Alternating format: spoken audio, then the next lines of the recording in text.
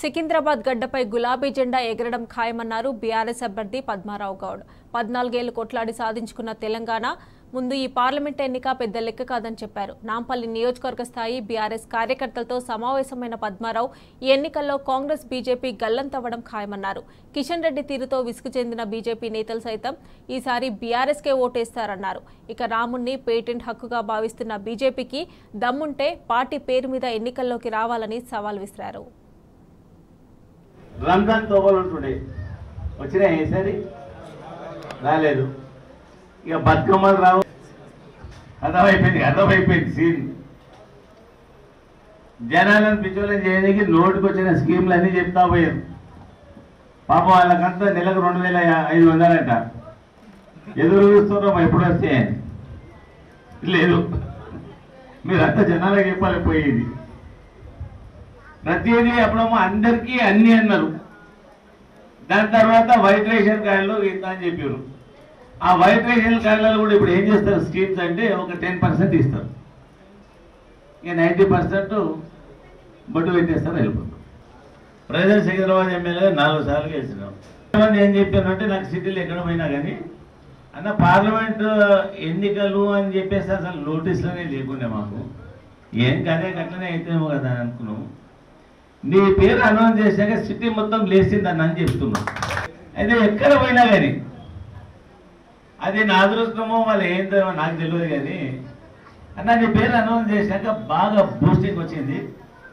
ఏ స్థాయిలో వచ్చిందంటే మనం గెలుస్తున్నామని చెప్తాం. ఇప్పుడున్న పరిస్థితి రాజకీయాలనే కానీ మన ఇంట్లోనే కానీ జయాపజయాలు ఎప్పటికీ సహజం. అవి ఒకసారి ఓడిపోతుంటే మళ్ళీ ఎట్లా గెలవాలని ప్లాన్ చేసుకుంటాం. నేనైతే మనం కూడా అదే ప్లాన్ చేసుకుంటాం.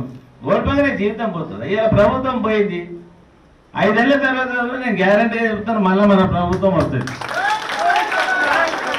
ప్రజలు గమనిస్తా ఉన్నారు. నోటికి ఎన్ని వస్తే అన్ని వాగ్దానాలు చేశారు ఎన్నికలు కాకముందు. నెలలో 2 నెలల పెన్షన్ కూడా ముంచేసారు. హైదరాబాద్ మొత్తం ఒక్కరు ఓడిపోయి కూడా గెలిచినాం కదా. ఇక్కడ పబ్లిక్ అంతా డెవలప్మెంట్ చూశారు, బాగా డెవలప్ అయింది. ఈసారి బాగా ఇబ్బందికరమైన వాతావరణంలో పార్లమెంట్ ఎలక్షన్లు వచ్చాయి. ఒకటి రాష్ట్ర ప్రభుత్వంతో కొట్లాడాలి మనం, ఇంకోటి కేంద్ర ప్రభుత్వంతో కొట్లాడాలి. ఆ క్యాండిడేట్ ఏమో కేంద్ర మంత్రి, ప్రభుత్వమేమో కాంగ్రెస్ గవర్నమెంట్. ఈ రెండుతో కొట్లాడాలంటే మీకు ఏమనిపిస్తుందో ఏమో కానీ నా సొంతంగా చెప్పుకుంటా. 14-15 సంవత్సరాలు ఉద్యమాలు చేస్తే తెలంగాణ నేర్చుకున్నాము, ఈ బోర్డు లెక్కన అనిపిస్తుంది. ఖచ్చితంగా సాధిస్తాం. పార్లమెంట్ ఎలక్షన్లో గెలుస్తున్నాం కూడా మనం. సికింద్రాబాద్ పార్లమెంట్లో మాత్రం కేంద్ర మంత్రి అసలు కనిపించలేదు మాకే అని చెప్పేమో బీజేపీ వాళ్ళు అంటున్నారు. నాకు చెప్తా ఉన్నారు అంతటా ఈసారి అంతా భజన కోటేస్తామని. వాళ్ళు మాట్లాడుకుంటుంటే మళ్ళీ నాకు తెలుస్తుంటాయి కదా. నేను కూడా పొద్దుంతా జనాలు వెళ్ళినాను, నాకు బాగా క్లోజ్గా ఉంటుంది. ఇక ఈసారి అన్ని ఓట్లు మీకేనా మా పార్టీ ఉంటున్నాం. క్యాడర్ కూడా నారాజు. వాళ్ళ పరిస్థితి అట్లా. ఈ కాంగ్రెస్ వాళ్ళు పేరు తీయకుంటేనే బాగుంటుందేమో ఏమని దీంట్లో ఇక ఆయన గురించి మాట్లాడుకుంటే జనాలకు ఆయన లేదు. ఇప్పుడు 3rd ప్లేస్ క్యాండిడేట్ అయినా. ఇక ఈ రామ్ జన్మభూమి మీద ఇష్యూ జర జోరుగా ఉన్నది. మేము కూడా రాముని పూజ చేస్తాం కానీ ఆ రేషన్ కార్డు పెట్టుకున్నాడు, ఆ కార్డు పెట్టుకుని ఊరికే జై శ్రీరామ్ జై శ్రీరామ్ జై శ్రీరామ్ అంటే ఎందుకు పోయింది?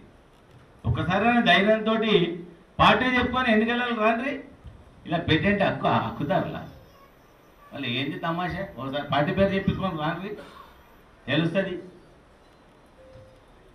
గెలుస్తామా ఓడతామా అని మంచిగా కట్టుకుంటే ఎలక్షన్ కొట్లాడతాం, గెలుస్తాం. గ్యారంటీగా మాత్రం నేను మీ అండగా నిలబడతా. మీరు ఏమి ఇబ్బంది పడవద్దు.